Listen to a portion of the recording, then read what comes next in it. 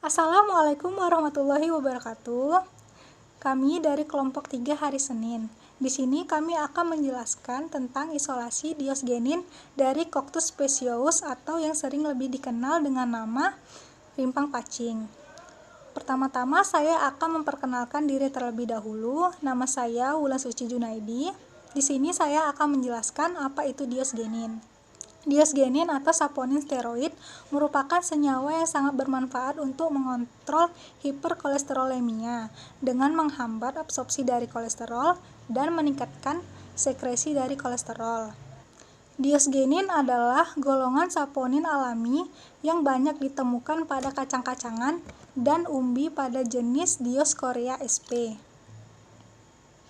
Secara struktur, diosgenin adalah spirostanol saponin yang tersusun atas gula hidrofilik terikat dengan aglikon steroid hidrofobik. Beberapa penelitian menemukan bahwa diosgenin dapat diserap melalui usus, berperan penting dalam mengatur metabolisme kolesterol, mengurangi resiko sakit jantung, terutama kanker paru-paru dan kanker darah, dan juga memiliki efek esterogenik serta antitumor. Di sini saya akan menjelaskan apa saja manfaat dari percobaan ini. Yang pertama, yaitu agar praktikan dapat mengetahui cara mengisolasi tumbuhan Coctus speciosus atau rimpang pacing dengan cara ekstraksi panas, yaitu menggunakan reflux. Yang kedua, yaitu agar praktikan dapat mengetahui cara mengidentifikasi dan pemisahan senyawa diosgenin dari tumbuhan Coctus speciosus atau rimpang pacing dengan cara kromatografi lapis tipis. Di sini saya akan membahas tentang prinsip yang digunakan dalam metode percobaan kali ini. Nah, metodenya ada dua, yaitu KLT dan reflux. Yang pertama itu saya akan membahas tentang prinsip dari KLT, yaitu cara kerjanya memisahkan sampel berdasarkan kepolaran yang dimiliki oleh sampel dengan pelarutnya. Biasanya itu menggunakan fase diam dan fase gerak. Prinsip dari reflux, di mana pelarut volatil itu akan menguap pada suhu yang sangat tinggi, kemudian akan didinginkan lagi oleh si kondensor, sehingga pelarut yang dalam bentuk uap tadi akan mengembun pada kondensor dan menjadi cair kembali dan akan ditampung ke dalam wadah, sehingga pelarut akan sama selama reaksi berlangsung. Saya akan menjelaskan tentang alat dan bahan yang digunakan pada praktikum kali ini. Dimulai dari alat yang digunakan adalah labu alas bulat, perkamen, spatula, timbangan, alat reflux, statif and clamp, kertas haring, corong pisah, beker glass, Erlenmeyer, chamber, tutup chamber, cawan penguap, penangas air, plat KLT, pipa kapiler, oven, dan pinset. Dan bahan-bahan yang digunakan adalah 15 gram rimah panjang segar ataupun kering, Aquades 20 ml, kloroform 20 ml, asam klorida pekat 5 ml. Fase gerak yang digunakan adalah campuran dari kloroform dan etanol 95% dengan perbandingan 95:5 dalam 5 ml.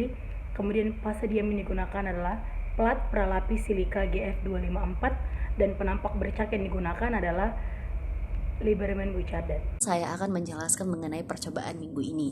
Pertama, ditimbang 15 gram bahan segar, baru kemudian disiapkan 20 ml Aquades. Ketiga, ditambahkan sampel ke dalam labu alas bulat, baru kemudian dimasukkan Aquades 20 ml ke dalam labu alas bulat, ditambahkan 5 ml HCl pekat ke dalam labu alas bulat secara perlahan, baru kemudian direflux selama 4 jam. Disaring hasil reflux, filtrat ditampung ke dalam beker glass, baru kemudian filtrat dimasukkan ke dalam corong pisah, baru kemudian disari dengan kloroform sebanyak 3 kali, baru kemudian digojok larutan tersebut, baru kemudian sari, kemudian dikumpulkan, baru kemudian dimasukkan ke dalam cawan penguap, diuapkan, maka akan diperoleh hasil diosgenin. Sini saya akan menjelaskan mengenai identifikasi sari kasar diosgenin dengan menggunakan kromatografi lapis tipis atau KLT. Fase diam yang digunakan ialah plat pralapis silika gel GF254 dan fase gerak yang digunakan ialah campuran larutan kloroform dan etanol 95% dengan perbandingan 95:5 dalam 5 ml. Pertama-tama, dijenuhkan fase gerak di dalam chamber. Kemudian Ditotolkan sari kasar diosgenin ke dalam plat KLT. Plat KLT yang digunakan sebelumnya sudah dipanaskan di oven selama 30 menit dan pipa kapiler yang digunakan sebelumnya sudah dibersihkan dengan etanol. Titik penotolan yaitu 1,5 cm dari batas bawah pada plat KLT. Sari kasar diosgenin ditotolkan sampai plat KLT mengalami jenuh. Dimasukkan plat KLT yang sudah jenuh ke dalam chamber yang berisi fase gerak. Dibiarkan eluen mendekati 0,5 cm dari batas bawah. Kemudian, dikeluarkan plat KLT dari chamber, diamati noda yang terbentuk. Pada sinar UV 254 nanometer dan 366 nanometer. Kemudian, disemprot plat KLT menggunakan penampak bercak, yaitu larutan Liberman Bochardat. Kemudian diamati lagi pada sinar UV dengan 254 nanometer dan 366 nanometer. Kemudian dihitung nilai RF. Berikut merupakan gambar plat KLT dari hasil visualisasi sebelum penyemprotan bercak atau noda. Dari hasil visualisasi sebelum penyemprotan bercak atau noda, diperoleh adanya 6 noda dengan data sebagai berikut. Berikut merupakan gambar dari plat KLT setelah disemprotkan penampak bercak atau noda.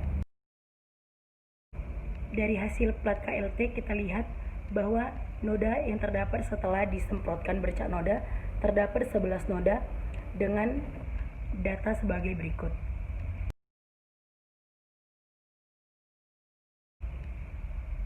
Berikut merupakan warna-warna dari 11 noda yang terbentuk setelah penyemprotan.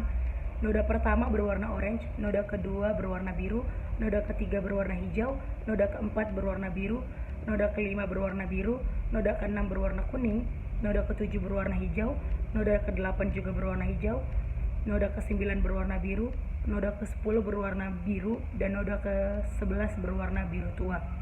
Menurut Sopran dan Karat 2015, diosgenin memiliki nilai RF sebesar 0,77 dengan warna noda coklat ataupun dengan visualisasi dengan warna hijau sampai dengan biru. Hal ini artinya sesuai dengan praktikum yang dilakukan karena warna yang didapatkan setelah visualisasi yaitu warna hijau sampai dengan biru. Sekian dari kelompok 3 hari Senin.